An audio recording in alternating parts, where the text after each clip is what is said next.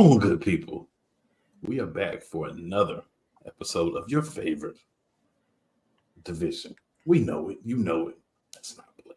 The NFC Beast. It's your boy Cool McCain, man. I'm joined on the side by my man Sam Shady Sports Network. What's up, Sam? What's up, everybody? Excited to be here once again. Another great week to talk some NFC East football. And below me, we got the guy, the diehard Giants fan, Scrub Zero. What's up, Scrub? What's up? Good weekend already. Washington wins in the college football. So I'm all good right now. And the Giants don't play. So that alone is a win for me. Hey, I feel it, man. I mean, it's tough out here sometimes. I get it. We've all been there. It's not pleasant when you go through it, but hopefully I'll come on the other side sooner or later, right? What you want. They've been waiting for sooner for like 10 years, Doug. It feels like it might be 10 more at this rate. It's tough, man. That's tough. But so we got a couple of things we're going to talk about with y'all. And as I like to say, this is how I mentally prep myself to try to keep talking to a little bit lower decibel. We're here for a good time, not a long time. So let's get into the Week 12 review. So we'll start off with a game that we should have reviewed last week, but I dropped the ball, so we're going to be reviewing it this week. And that's the Thursday night game between the Cowboys and the Commanders. So, guys, it's another game that the Cowboys look very impressive in, but against another bad team, right? So I know it's kind of hard to cut it there because they've had another game since then that we're also going to talk about. But if you can think back to Week 12, you're watching them play against the Commanders, you see the outcome. What thoughts did you have on the Cowboys where you thought they were sitting at the time, and how impressive really was that win? To be completely honest, I thought it was impressive. First of all, because of the way that they were able to contain Sam Howell. I mean, Howell's been playing pretty well all season long. He ultimately had his worst game in this game, ultimately. And then, a couple other things kind of surprised me. I mean, they were able to stifle Brian Robinson Jr. quite a bit, and held him to just 50 yards on the ground. So, I mean, honestly, I think it was kind of surprising, although Curtis Samuel had a pretty good day. But other than that, I guess I expected him to beat Washington, but I did not expect it to be quite this big of a blowout. All right, Scrub, what are your thoughts, man? I can't lie, it's impressive. Both sides of the line of scrimmage for the Cowboys doing their thing. I'm liking how they're setting up plays for Dak. It seems like they found the right kind of plays and the right rhythm to call it. So he's had success in that area. We've seen how defense has taken advantage of opportunities, particularly Deron Bland and the pick sixes. So, and of course they have that pass rush. You think it's just Micah Parsons. It ain't just him. He does help out a lot, but they got a lot of different guys. So Diggy Zua, they still got Lawrence, and they can rush a four. They bring the blitz occasionally. They've done a good job. Got to give him credit, as much as I don't like him. So for me, when I look at the game, the win, I mean, I can't take anything away from the win. The win was the win. They beat the Commanders a lot better than we did. But they got a Commanders team that kind of already gave up a little bit, right? Let's be honest. This team kind of gave up a little bit. They realized the season's not going anywhere. And not saying that they're tanking the players, but you just don't have that same pep when you're out of it. I think this fed into the narrative, right or wrong, that Dallas dominates the weaker teams in the NFL and has a lot of trouble and loses a lot to the better teams. You only can play who you can play, so I don't fault them for who they play. But when you look at the disparity of when they played the Eagles, when they played the 49ers, versus when they're playing some of these weaker teams and how they're dominating. And I mean, a reasonable person would say, hey, can they do it? Not they won't do it, but can they do it against winning teams? And that's the question about Dallas. Can they win when it counts in the playoffs? Can they win the games against the better teams? And I don't think this win against Washington, no matter how impressive, answer any of those questions. So with that being, said, congratulations on the win. Never knock anybody for going out and doing what they're supposed to do. But the narrative doesn't change because you beat the Commanders silly, right? Because they're another one of those teams that you should beat silly, and you're just kind of doing what most people expect you to do. So we'll move on to a game that was very entertaining for me. Scrub, we will start with you for this one, my good man. We had the New York Football Giants against Whack and Cheese, Brady zapped out, and the New England Patriots. Oh, man. Okay. I thought the game was... It was ugly, but not to the point. It wasn't unwatchable, just at least from the Giants' side. They did have that fumble on that first drive when they tried to do the jet sweep. Like, that was unfortunate. That was like the only real drive they had. It was tough sledding because they still have issues with the offensive line and whatnot. But, they forced a few turnovers that end of the first half. Danny DeVito's nephew threw another touchdown pass. Hodges made a good play to not only get the first down, but break the tackle and get into the end zone. That was the only touchdown they scored, and but it was key because you talk about two teams that have had struggles scoring. Any points you can get in any situation is helpful. They got that. The other score also came off a short field. Then they forced there was another pick, that one second the one by Bailey Zappi in the second half, which led to their go-ahead field goal, which ended up winning the game because I don't know what it is with kickers and missing routine kick. Oh my God, I don't know what that kid was doing with that. Like a 31-yard field goal he missed. Listen, I'll take it, but it just shows the issues both teams have. The Giants couldn't really stop the run without Dexter Lawrence. You saw the difference. And they've had struggles even with him in the lineup, but there is a major difference with him on the field and him off the field. Be that as it may, they still forced 3 turnovers. They found a way to win. They go into the bye. So they could at least feel good about themselves in a season that has given them a lot of reason where people think they should tank, they should just quit. So they haven't quit. That's the best I could say about it. Regardless of how I felt about the coaching and how the players played, they're still fighting.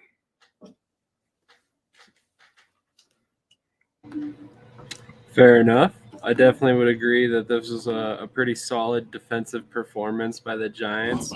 I thought it was pretty admirable that Jihad Ward, who kind of came out of nowhere, had a sack and a half, produced a lot of pressure in the game. Good for him as far as that goes. The defense picked off a couple passes. So, I mean, ultimately it was a great game overall for the Giants defense, and that's a big reason why they find the victory here. Is this 3 in a row now or 2 in a row? 2 in a row. Gotcha. Well, got a little bit of momentum going here, and that was despite the fact that this was not the greatest performance by the offense. So, I mean, pretty solid victory overall, and I mean, something that I would imagine you're pretty encouraged by going forward, especially considering the fact that realistically, with a couple more pieces, this defense could be extremely scary. Yeah, they certainly did a good job. And one other thing I want to say. Sorry, Cole. Jalen Hyatt, he finally got a 100-yard game. Felt like it was forever. Like, what are they doing? But it was on my good. bench.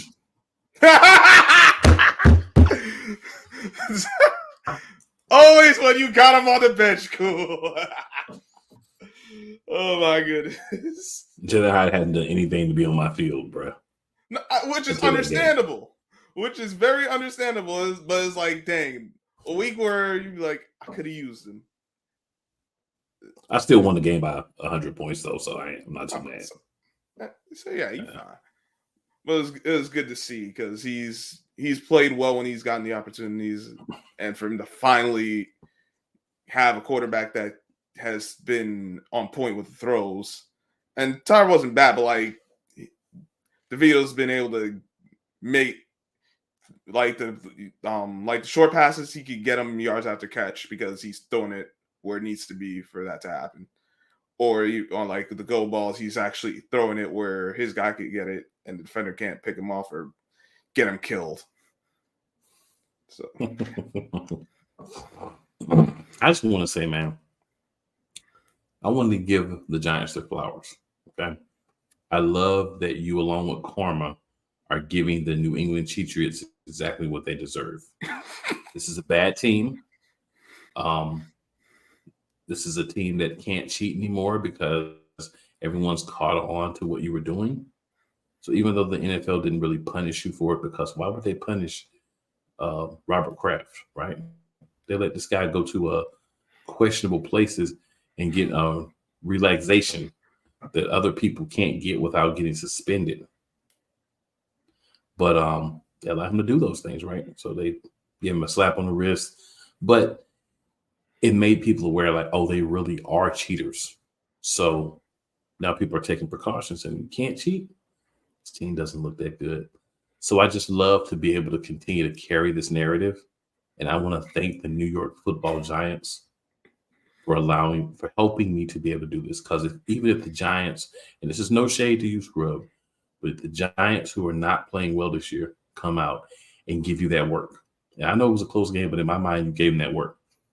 And give you that work, then to me, that just shows all the cheating is starting to catch up to you. So, I know they're not going to put an asterisk by it or anything, but the great thing is, as orators of wordplay, especially in the world of sports, guys like us can make sure that for generations it's passed down.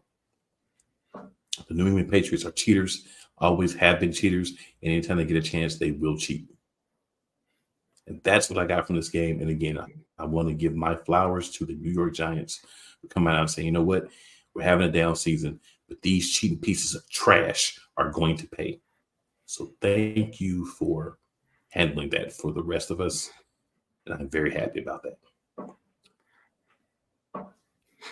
And we're going to now move to a glorious, wonderful, spectacular display of football.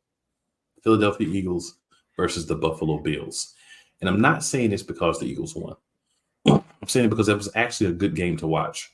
If you watch that game, you got great runs from both quarterbacks. Josh Allen looked like the old Josh Allen, except for when he did what we said he would do last week. Saying he was going to give us one. And he did. At an opportune time, something to help shift the momentum. And also, we did something really wild last week. We ran the ball. Not enough, but we ran the ball. And if you include Jalen Hurts runs, which again, I'm not the happiest about, but you include, I think he had 12. So with him and Swift combined, I think we had like 24, 25 rushes. So that's a solid number I can live with, but we've got to get Hurts in half and give those carries to other guys. I get some of his are he walks up to the line, he sees the field, and he says, oh, pass is not going to work.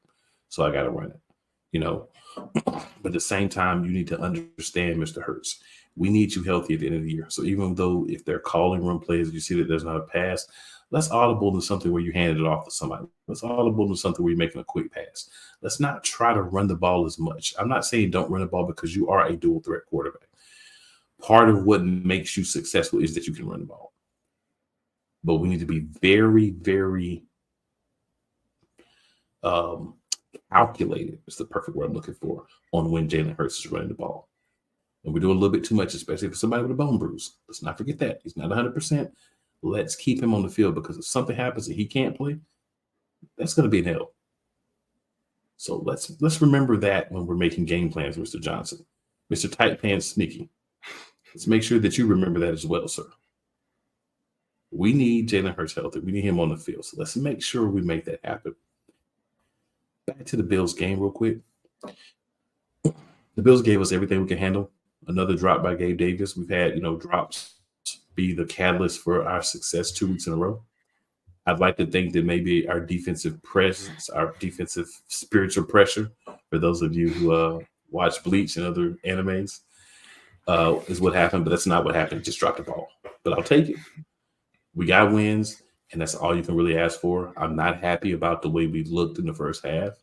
I made a post online at halftime like this team looks like doo-doo garbage juice at half. Wasn't happy about it, but it's come to be something that you expect, unfortunately. But we got the win. Ready to set up this big matchup that we'll be talking about later this week. So, Scrub, I'll have you go now, and then I'll make sure Sam gets the last word here on the Philadelphia Eagles Buffalo Bills game. Man, what you know about Bleach? I like that, though. The crazy thing is, I see. The crazy thing is, I didn't even catch the second half. I caught the first half, I fell asleep, and then I caught OT, which is crazy. I'm like, dang. I didn't see the game time field goal, but that first half, I'm like, Eagles are doing it again. That slow start. I'm like, where are we going? Like, run the ball, never run the ball. So I thought, I'm like, oh dang, Josh Allen. They got Josh Allen look like all pro. I'm hearing Tony Romo gushing over. I'm like, oh my goodness, this is gonna shut up. But I'm like, okay, Josh Allen. I'm gonna get the hard eye roll for Tony Romo. Right.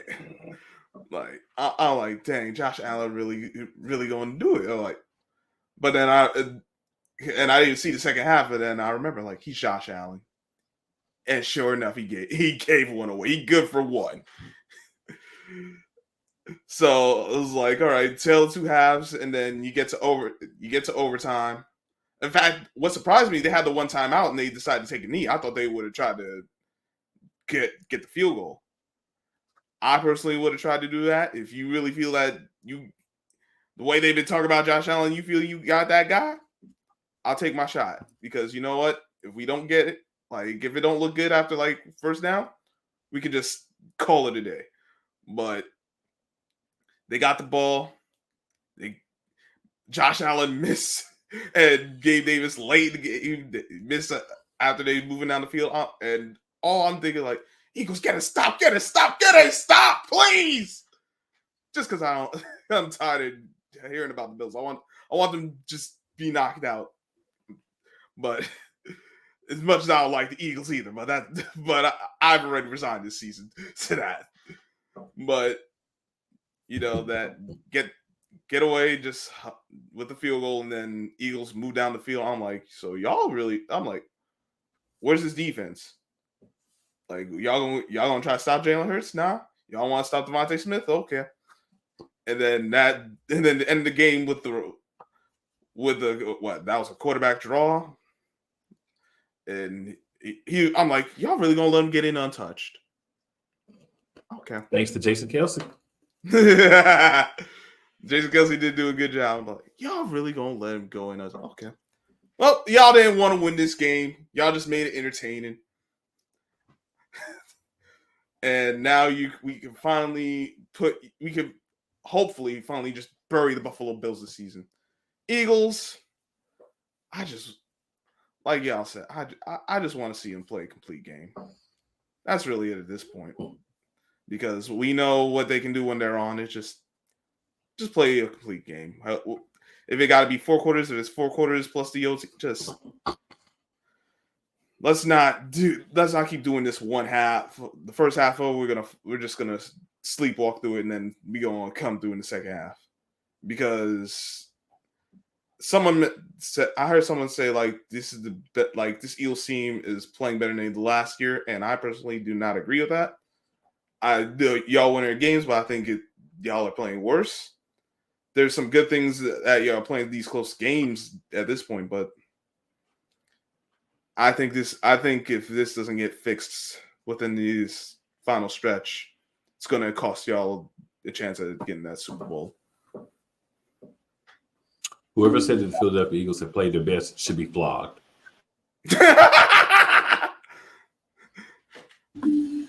That's exactly my point. While this game was awesome to watch, it was a lot of fun. Back and forth scoring both sides. That's kind of the problem. The Eagles have the firepower, for lack of a better term, on defense that we should be stopping Josh Allen and his receivers. There's not a lot on that offense talent-wise outside of Stephon Diggs that scares me, especially with the secondary that we have. And we continue to let them march the ball all the way down the field repeatedly. I think if anybody gets a game ball coming out of this game, it's got to be Jake Elliott. 59-yard field goal that ended up being the difference in the game. Good for him. Really didn't. I didn't honestly know if he was going to make that kick. It was pretty impressive, to be honest. But ultimately, I came out of this game encouraged because we continue to win.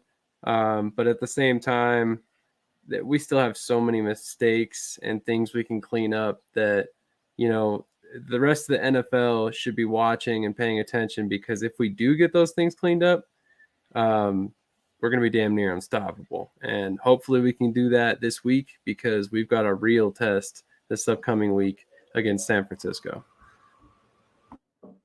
Absolutely, man. Absolutely. So we're definitely going to have to talk about the Cowboys again this week. Another win. But before we do that, I have a question we're going to pose, and we'll just go through all the teams, and we can just give what we think, right?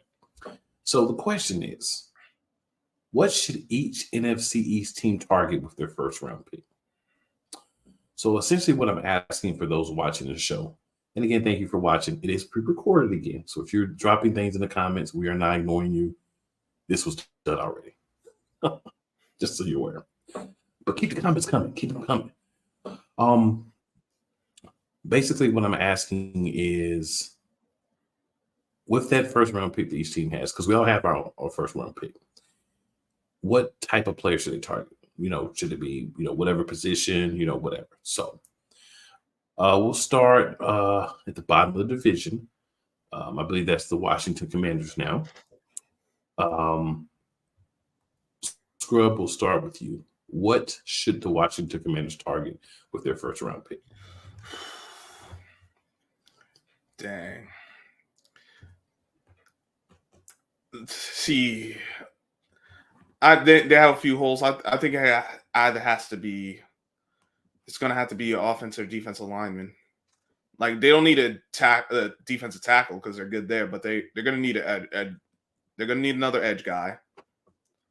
I really think it starts with the offensive line, though. They're going to have to, because they're going to have a higher pick. So I would, if you could get yourself like a left or right tackle, do that, because as well as Bieniemy's done in trying to shuffling what he's got with the O-line, it's still an issue. There's no one really that you could really say, all right, we could count on this guy to make a difference. So I think that's really where they should try to go, offensive line or defensive line. But we'll see how the rest of the games go, because they might end up picking the middle of the first round. Still miss the playoffs, but they could pick a middle first round. Then that kind of changes the dynamic. You might look at corner at that point, because they do need corners too. Sam, what do you got? My personal opinion, they have to target a left tackle coming out of this draft. I mean, if you go anywhere with your first round pick other than offensive line, I don't know what you're doing in Washington, because honestly, that would be, like you haven't even been watching these games, because quite honest, This team, this offense could be solid if they spend a little bit of money on that offensive line, and I'm hoping they do it this offseason for Sam Howell's sake.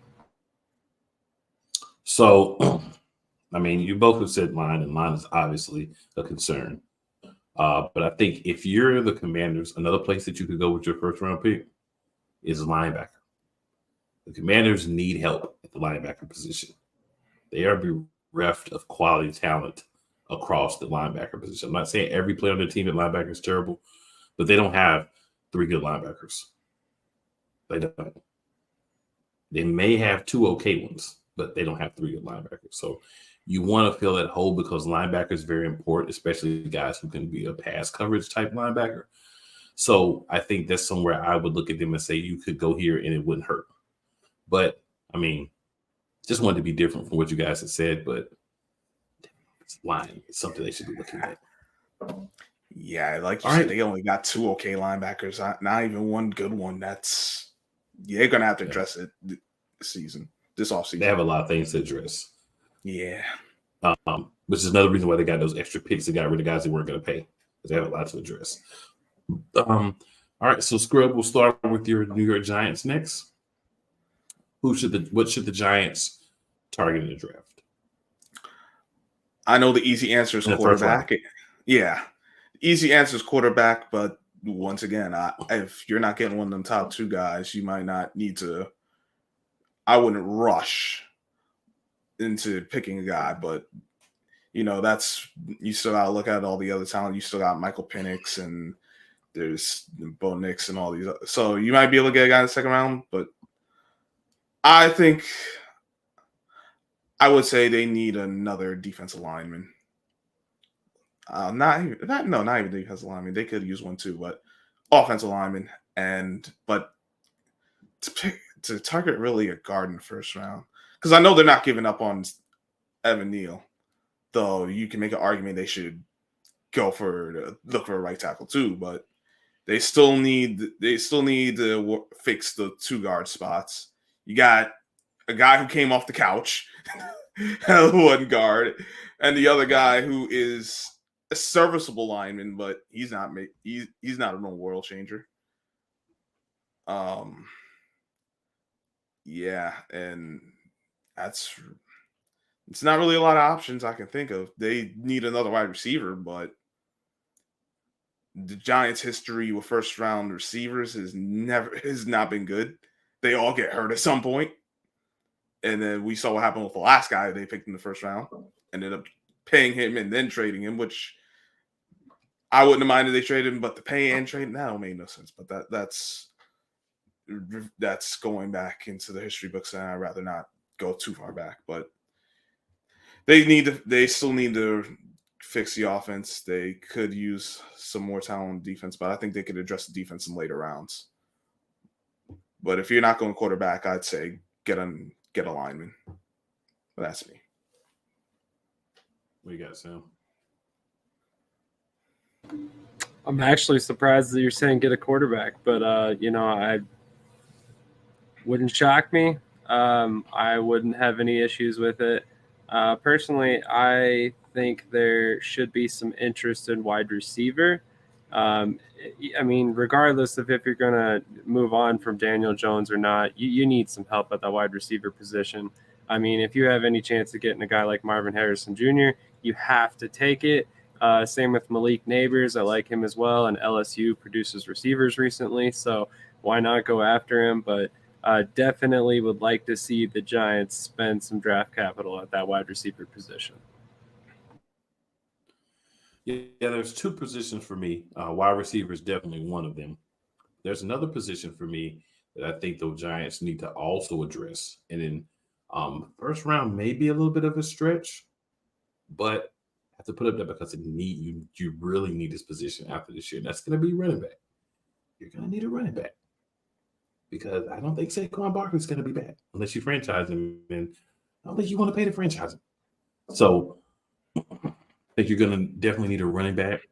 I would probably go wide receiver in the first round and look at running back with one of those multiple second-round picks or a third-round pick, a day 2 pick. but definitely you've got to get a wide receiver. You've got to. Jalen Hyatt has shown you that at least for one game he can be pretty good, but he's got to have a running mate. He doesn't have one on his team.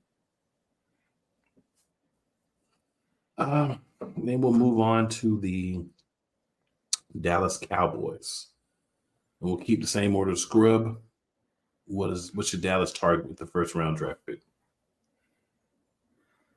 For the Cowboys, they're good on the O-line. I know they brought in Brandon Cook. They could use another wide receiver in the first round. It's not a glaring need, but I don't have confidence in Michael Gallup. He hasn't looked the same. I don't know how long you're gonna have Brandon Cooks for. I haven't looked at his contract numbers. So you might end up needing to get another guy there. There's also running back because we know Pollard can't be the workhorse. We've seen how that's worked and it hasn't. Now maybe you feel confident in the other guys you have. Even if it's not first round, they're gonna have to address that too. But I guess really just they can pretty much go anywhere they want to. I would say strengthen your strength, and because I'd say get a left tackle, because or just someone on the offensive, because as much as you got Tyron Smith and how good he is, he has the injury history and he's not getting any younger. So I would try to shore that up, because they like either that or a linebacker, because they could use that too. But beyond that, they don't have any glaring needs that you would say, all right, they have to do this or they have to do that. That's how I feel. Sam, what do you got? I was actually going to say linebacker. I think they really need an inside linebacker. And right where they'll be picking in the draft, that makes a lot of sense value-wise. So I definitely kind of see them seeing the value there and taking a linebacker. Dallas Cowboys need another cornerback. They have Trayvon Diggs. Besides him, they have a guy who's shown us that he can be burnt. He can make great plays against the right type of quarterback if the quarterback makes a bad throw. But he is burnt toast as well. Stephon Gilmore is really a piece at this point. Not really, to me, a guy that's going to be a starter moving forward. So Dallas really needs to do something about the cornerback position. Bland is a great guy to have, but we saw what Seattle did. Seattle just basically said, we are going to target you. Whoever you're guarding, that's where we're going to throw the ball. They did it to their own detriment because they stayed with it too long, but it was a great play. It worked really well for them a lot of the game. So I'm going to go cornerback. They're going to need another guy on the outside that can be a starting corner in this league. All right, and then we'll move to the Philadelphia Eagles. Scrub, what should the Eagles do with their first round pick? The Eagles, I know y'all keep talking about that whole. They could use another linebacker. Y'all could use another safety. Yeah, DB, it could be corner safety. Because really, the Eagles, another wide receiver. I don't know if you would say first round, but I know y'all been searching for a number 3. I mean, you got Julio right now, but that's for this year. Don't have really much confidence in the other guys. You could also look at tight end too. I wouldn't say first round for that either, but I'd say somewhere on the defense, either the linebacker or DB for the first round pick. All right, Sam, what do you think the Eagles should do? He took the words right out of my mouth. I mean, if I had to pick one player in particular, my eye would be on Javon Bullard if he comes out. Another Georgia defensive back. Why not, right? But they're honestly, I could see them picking a pass rusher as well. We saw him just release Derek Barnett. It would be right up his alley in terms of Howie Roseman to kind of draft another defensive end. We always seem to draft defensive line or offensive line. I could also see him taking offensive line as well. We could realistically bring in a tackle to groom behind Lane Johnson as well. So any one of those positions realistically. Wide receiver, while I don't think it happens, man, can you imagine another top flight wide receiver in this offense? Like, who would you even attempt to cover at that point?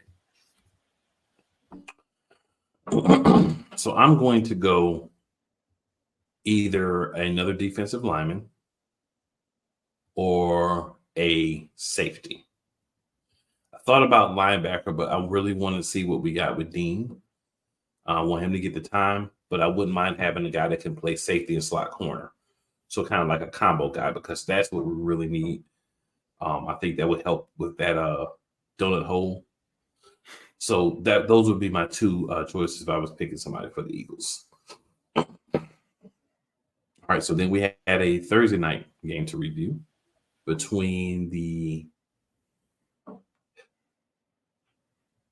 Dallas Cowboys and the Seattle Seahawks. So I'll quickly give you guys my thoughts and then whoever wants to go. Seattle is one of the better teams that Dallas has faced, right? Dallas did get a win, a very close game. If Seattle knew what to call on fourth down, I don't think that Dallas lose their game.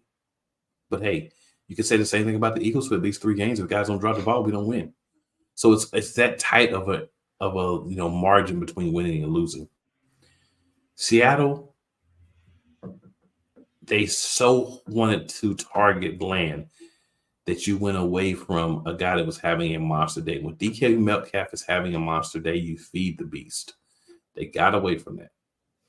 And that was their undoing. As it was happening, I was like, man, y'all going to screw yourself with this somewhere in this game. And they did. But they found the philosophy. It worked. They stuck with it too long. Fourth down play, I need a first down. DK Metcalf being guarded by Stephon Gilmore or Jackson Smith and Jigma being guarded by Bland. I've got to go with DK Metcalf. And see, that's the problem. Running the ball with an outside run on the 4th and 1. Why is that not a quarterback sneak or a halfback dive or like a toss play or something? Something where the person has space to try to get outside to the wide side, not the short side. Those are the type of things I look at and say, why? And that's what I feel like Seattle shot themselves in the foot. But again, they did expose Bland as a guy who can't really cover. He can get the plays. If you make a bad throw, he'll get you. But if you make solid throws, you can get him quite a bit. So I disagree that they stuck with it too long going after Bland. Because I think that part, I don't think it was so much they stuck with it too long. I think that I would say, from what I saw, I say the pressure start. They were pressuring Gino all day. He was able to have success early on, but the offensive line couldn't continue holding up. Because as you saw, like with the pick, that was you could say he probably shouldn't have went to him, but He definitely shouldn't have went to him. Definitely on that one, but pressure got there. Like he had to rush that throw. He could step into scheme. Yeah. If pressure's coming, you don't throw the ball 10, 15 yards in the field. You throw quick slants. You throw little quick out routes. You throw screens. They didn't adjust to the pressure. Yeah, they didn't, because on that 4th down, they tried to go to Jackson Smith and Jigba. I'm like, why would you? Like, I'm like, the route, he's running a corner. Why are you running a corner? Why you got him run a corner in that situation? Have him run flatten out, run the out. You got all that pressure. Gino could have gotten it to him. But here's why I say where to me that there's an issue there and why they should have went with DK Metcalf. Jackson Smith and Jigba is a rookie. He doesn't understand the rush is coming fast. The quarterback's got to get rid of the ball. Let me get my head around and be prepared for the ball early. No, he ran a route normally, then turned around like, oh, no, where's the ball already here? Right. You throw that ball to DK Metcalf. DK Metcalf is going to high point that ball and get that catch because he understands the NFL. He's your guy. He's hot. There's about 5 or 6 receivers when they're hot. They should be fed. There's one of those guys in Miami named Tyreek Hill. There's one of those guys in Philadelphia named A.J. Brown. There's a guy in Dallas when he's in the slot. named CD Lamb. Is one of those guys as well. There's a guy who, even with a backup quarterback in Cincinnati named Jamar Chase, that's one of those guys. And there's a couple more people vying for that last spot, but there's about 5 or 6 guys that when they're cooking, they should be getting that ball. And see, they didn't do a good enough job of making that happen. That's why they lost. You started playing too smart for yourself. You can't continue to go to Bland all day. You kept eating on Bland. You kept eating on Bland. You kept eating on Bland. The man has already set the record for interceptions for the Cowboys in a season. With interception returns for touchdowns in a season through 11 weeks. But we're going to continue to try him the whole game. We got DK Metcalf getting off on the other side. That's not intelligent football. That's why they lost that game. Yeah, and then they not going DK Metcalf. You also got another guy, Tyler Lockett, the guy who I think is their best, really the best. Like, yeah, DK when he hot get to him, but we didn't see a lot of Tyler Lockett either. And then the penalty. Oh my God, the penalties were so bad from both sides. This was, I'm like, can y'all stop committing these careless penalties for like 2 seconds so we can just play the damn game? Like, nope, we're gonna interfere. Nope, it's our turn to interfere. We're gonna get a holding call here. We're gonna like, it was just sloppy football. Cowboys, because they got that defense, because they could get the pressure with all those pass rushers, and they know how to send their blitzes. They were able to capitalize on that. Seattle, this does bring a question of, listen, was it like we got the issue with Russ and all, like, when he was there, but was it really Russ? Can we say that was really Russ, or do the Seahawks just fade late in the season? Because we see a hot start, and then as the season gets to the later points, the Seahawks kind of just fade into obscurity. Like, and this was another game they could have won.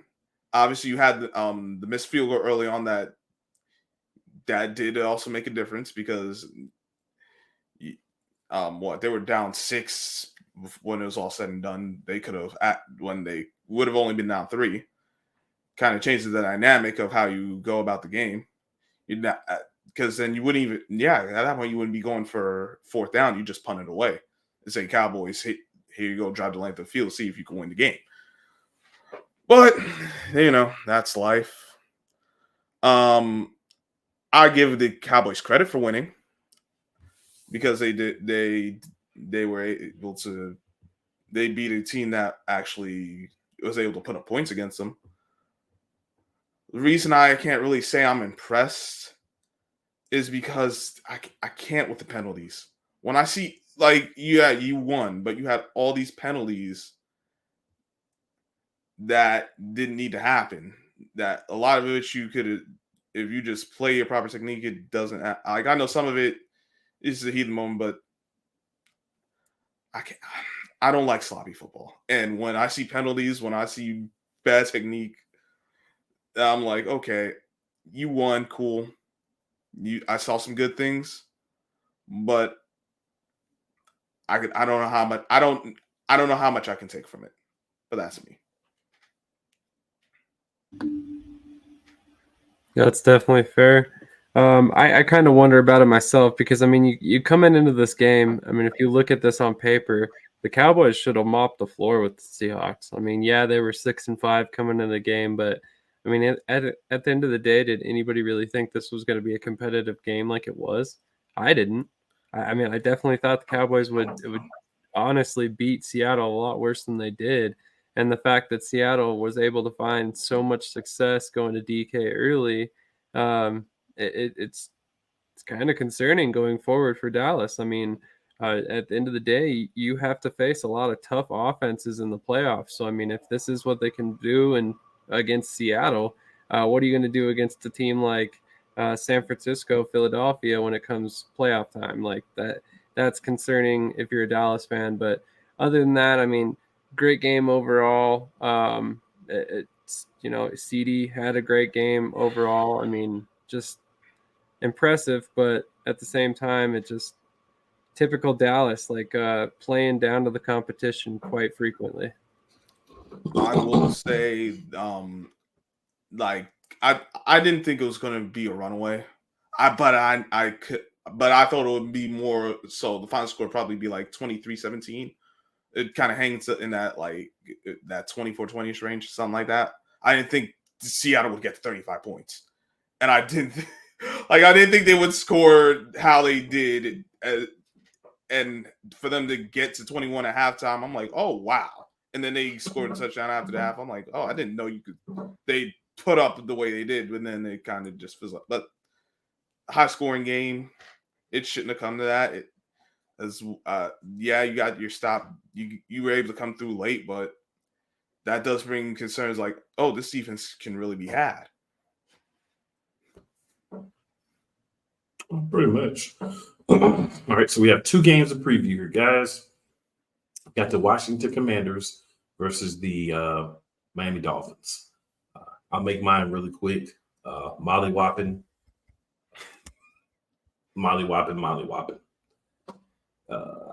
If you have a Miami Dolphins skill player, I would suggest putting them in your lineup this week. I don't even know if A-Chain's going to play, but I'm going to keep him in that lineup until the very last minute because it's the Commanders they're playing. I'm with you on that. Commanders got no DBs that can worth a damn, and you got Tyreek Hill and Jalen Waddle. You got all those running backs. Like, listen, the Miami Dolphins are like the Phoenix Suns, and because they can put up, it looks good, and when they get rolling, they get rolling. They're playing the team that really ain't got much of a defense. Even if they're somehow able to get their points, that just plays Miami's hands anyway. So I got Miami. They'll probably score 30 plus, even if Tua throws a pick or two. So, but yeah, Probably something like that. Yeah, I just don't see again the Commanders secondary being able to hang with those wide receivers. There's just no way. Yeah, and then for the Giants, they're on the bye, so they get a chance to get healthy, evaluate some different positions, come back after the bye week, so they can finish out the season. All right, then of course, guys, we've got the, my opinion, matchup of the week. We've got the 10-1 San Francisco. Excuse me, that's not right. We've got the 10-1 Philadelphia Eagles versus the 8-3 San Francisco 49ers. So, we'll start with you. Who do you think is going to win this game? I'm starting. I got the Eagles. I actually think y'all pull this out. This was the Niners need this game because they need this game because if they don't, they can kiss whatever chance of home field goodbye.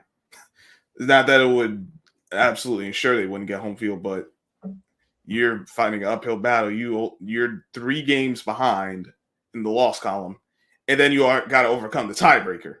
So you're essentially 4 games behind. You can't it's getting late. Like then you only leaves just playing Dallas and hope really just playing Dallas and then taking care of business because Detroit needs help at this point. But I think I think the pressure will get to a Glock Purdy. Dear goodness, I've been hanging around my other guys. He ain't no Glock. He a BB gun. BB gun Purdy. I'm gonna pressure him. You finally I think y'all get a pick on him. It'll be probably along the lines of 27-23. They'll get some runs because they got all those weapons, but all y'all got to do is just play physical, keep it close. Even if y'all struggle with this, as long as y'all don't just fall behind by like 2 possessions, they ain't gonna win. Because late in games, I don't trust Shanahan. I don't trust Brock Purdy when he has to carry it. I've seen Jalen Hurts. I know he could get it done. Even though you got Nicky Tight Pants, he'd be on some BS. I think all you gotta do is just keep it close and y'all pull it out. So I'll take the Eagles. I think Jalen Hurts goes ahead with a game-winning touchdown drive, and Niners will fall short.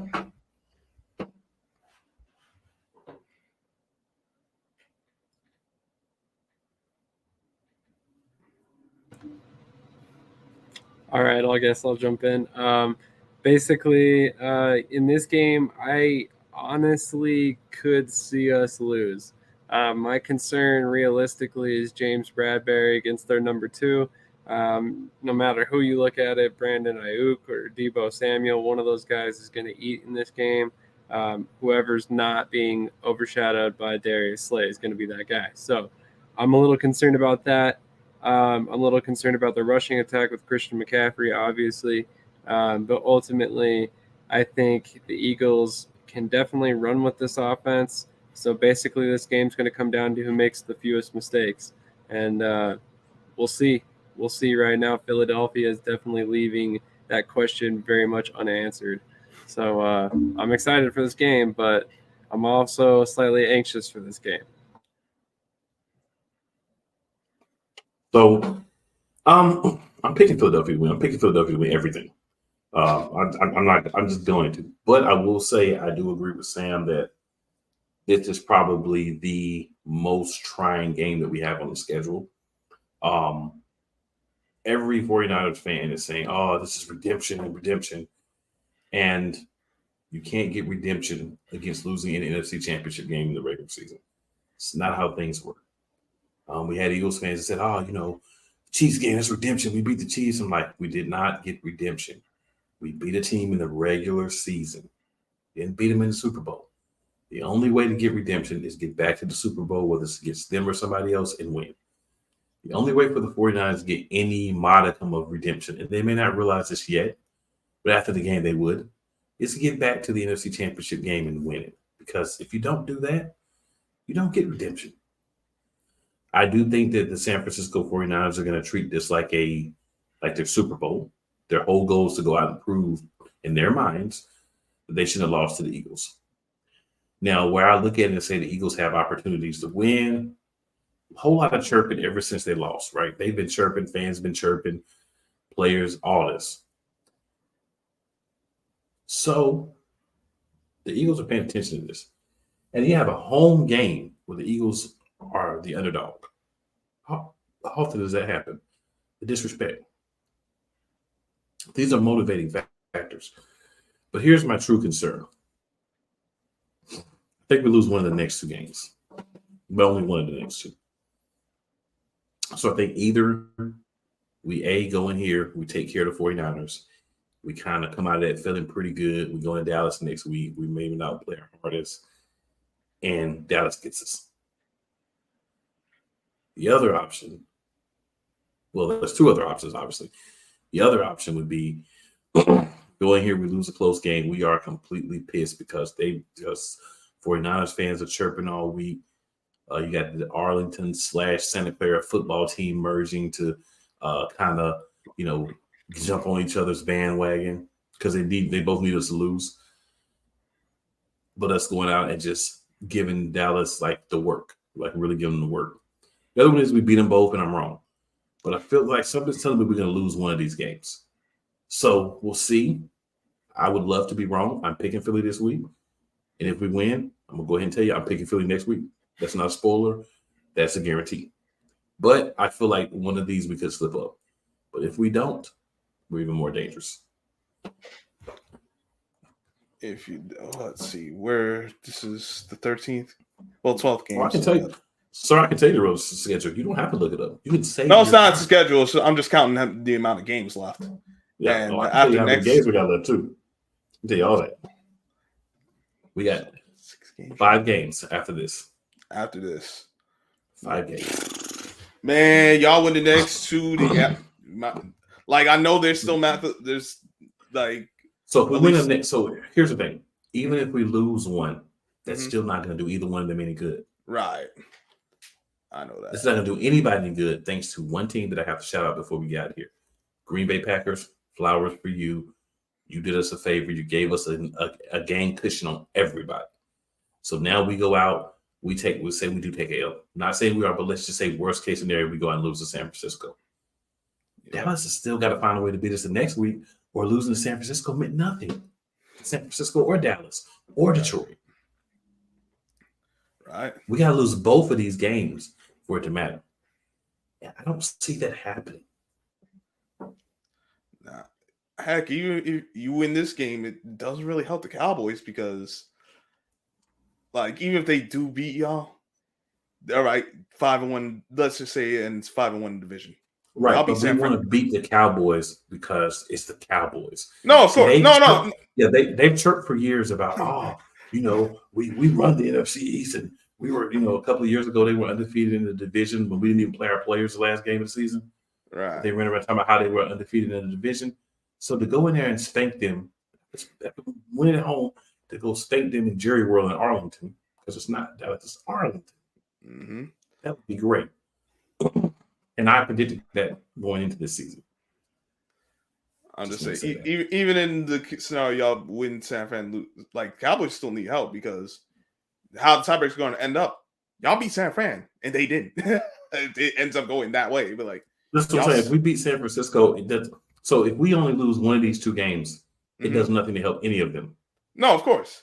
Everybody's still beneath us. No, everyone's still beneath you. It's just I'm just looking at it like in the event that it ends up being a tiebreaker.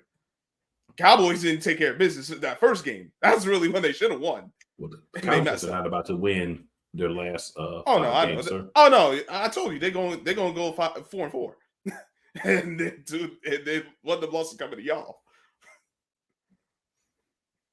because they still got us. They got Buffalo. They got Miami and Detroit. They're not winning those 4 games. Oh no, they'll be lucky to pull out half of them. So yeah, that's a tough stretch of games. They'll be lucky if they're 500 for sure. Man, they lucky they won against Seattle. 2 more losses and they're done. 2 more losses and they're done for the division. They're done. Yep. Even if we lose a game, they're still done. 2 more losses, we lose 2 games.